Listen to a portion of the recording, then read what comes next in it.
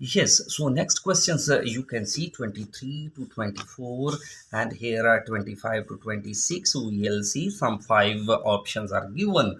Okay, you can see choose two letters. We'll choose two letters out of five. Okay, which two of the following statements, these are the statements, does the writer make about literacy rate? Literacy rate in section B. So this is section B. It will be definitely easy for you. We'll check first of all, read out section 2. Okay, this is section 2. As Ogilvy explained, education helps to work more productively, invent better technology, ये technology बेहतर बनाती है, education productivity जो है काम में वो लेके आती है पैदावार, and more surely it must be critical for economic growth, के लिए भी ये क्रिटिकल है.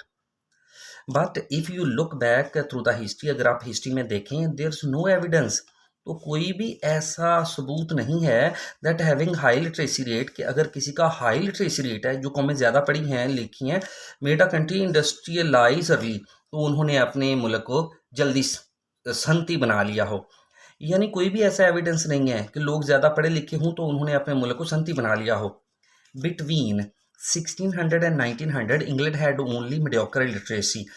1600 से 1900 के दरमियान इंग्लैंड की जो लिटरेसी रेट थी वो बिल्कुल दरमियानी थी बाय यूरोपियन स्टैंडर्ड के लिहाज से. Yet its economy grow fast, फिर भी उसकी लिटरेसी रेट कम थी लेकिन उसकी इकोनॉमी ग्रो किया.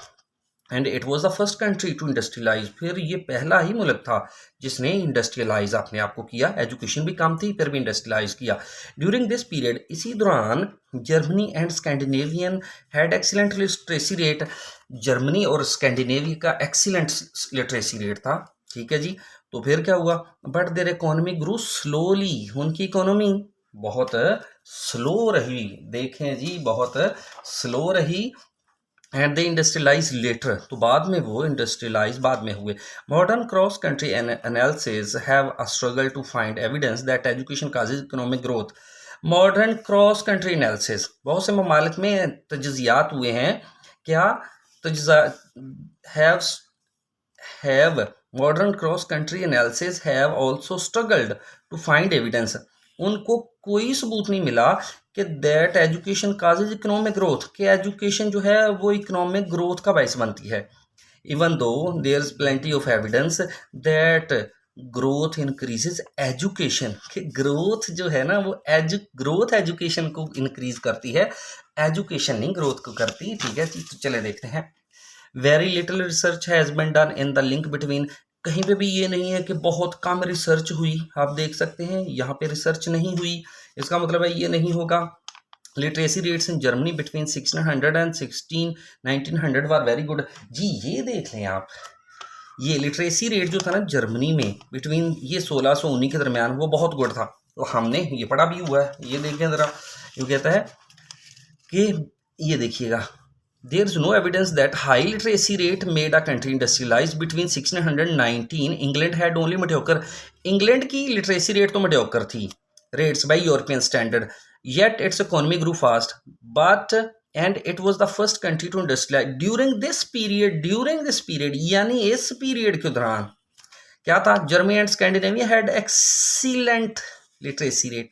भाई उसका वाकई जर्मनी का बड़ा एक्सीलेंट जो था ना लिटरेसी रेट. इसका मतलब है एक तो ये आ रहा है आपका. दूसरा, there is strong evidence that high literacy rate जो है in the modern world result in economic growth. आप देख सकते हैं कहीं पे भी ये नहीं लिखा, कहीं पे भी ये सबूत नहीं है कि जिन ममालिक का हाई लिटरेसी रेट है उन्होंने क्या किया है, इकोनॉमिक ग्रोथ की है. ठीक है, अब देख लें यहाँ पे कहीं पे भी ये नहीं लिखा हुआ. ठीक है, वो कहता है कि no evidence, there is no evidence that high literacy rate made a country industrialize earlier. कहीं पे भी सबूत नहीं है कि जिन ममालिक की आला लिटरेसी है, आला शरह अच्छी है खानगी की, उन्होंने इंडस्ट्रियलाइज कर रहा हो. फिर दूसरी बात यहाँ पे, मॉडर्न कंट्री एनालिसिस है also struggle to find evidence. यहाँ पे भी एविडेंस नहीं मिलते कि एजुकेशन जो है वो इकोनॉमिक ग्रोथ करती है. ये देखें यहाँ पे भी एविडेंस नहीं मिलते, तो इसका मतलब है कि ये भी नहीं है. ठीक है, ये देख लें. England is a good example for how literacy rates help the country industry. ये भी देख लें आप, ये भी नहीं है कि England is a good example how literacy rates help the country industrialise. England एक अच्छी मिसाल है कि कैसे हाई लिटरेसी रेट जो है उसने मुल्क को इंडस्ट्रियलाइज किया. इंग्लैंड का तो लिटरेसी रेट ही कम था, मीडियोकर था जब उन्होंने इंडस्ट्रियलाइज कर लिया था। ये देख लें यहाँ पे ये, एंड इट वाज ये देखें, England had only mediocre literacy rate, उसका लिटरेसी रेट ही मीडियोकर दरमियाना था, ठीक है, यूरोपियन स्टैंडर्ड से। Yet it grow, economy grow, फिर भी इकोनॉमी ने ग्रो किया और इसने इंडस्ट्रियलाइज अपने आप को किया। इसका मतलब उसकी इकोनॉमी कम थी, उसकी लिटरेसी रेट कम था, तो एक यही बच गया, economic growth can help to improve literacy rate. ये बात वो कहता है, ये वाली, ये देख लें, इकोनॉमिक ग्रोथ जो है वो लिटरेसी रेट को बेहतर बनाती है। तो ये देख लें यहाँ पे कहता है, ये देखिएगा, to find that education causes economic growth even though there is plenty of evidence that growth increases education। Economic growth जो है वो एजुकेशन को इंक्रीज करती है, ठीक है, इसके प्लेंटी ऑफ एविडेंसेस भी हैं, you have plenty of evidences, okay, आपके पास बहुत से सबूत हैं। तो ये है, नेक्स्ट हम देखते हैं जी यहाँ पे, ये देख लें, बिल्कुल वैसे का वैसा ही है, 2 ऑप्शंस हैं, हम इनमें से देखेंगे, ठीक है। अब कहता है which 2 of the following statements does the writer make in section F? Section F, these are the questions, German speaking jet, okay, see this one, F, we'll straight go to F, this is our F, yes, German speaking Central Europe is an excellent laboratory for testing theories, ये हमने पढ़ा हुआ है। She explains between, ये देखें, between 16 and 1900 literacy rates and book ownership were high, book ownership भी high था, literacy rate भी हाई था। Yet the region remained poor, फिर भी रीजन क्या है, वो इलाका गरीब ही रहा। It was also the case that local guilds and merchant association were extremely powerful, लेकिन लोकल गिल्ड्स जो थे, जो पेशावर लोग थे, और मर्चेंट एसोसिएशन जो थी वो बहुत पावरफुल थे, ठीक है जी, पावरफुल थे। एंड लेजिस्लेटेड, और उन्होंने कानून साजी की थी against the local guild, against anything that undermined their monopoly, कि उनकी जो मोनोपोली है, जारादारी है, उसका गलत अंदाजा ना लगाया जाए, उससे गलत फायदा ना उठाया जाए, ठीक है जी। इन विलेजेस, देहातों में, थ्रू आउट द रीजन, पूरे इलाके में, गिल्ड्स ब्लॉक्ड लेबर माइग्रेशन, जो पेशावर लोग थे उन्होंने लेबर, जो काम करने वाले थे, उनको कहीं जाने से भी रोक दिया था, ब्लॉक कर दिया था।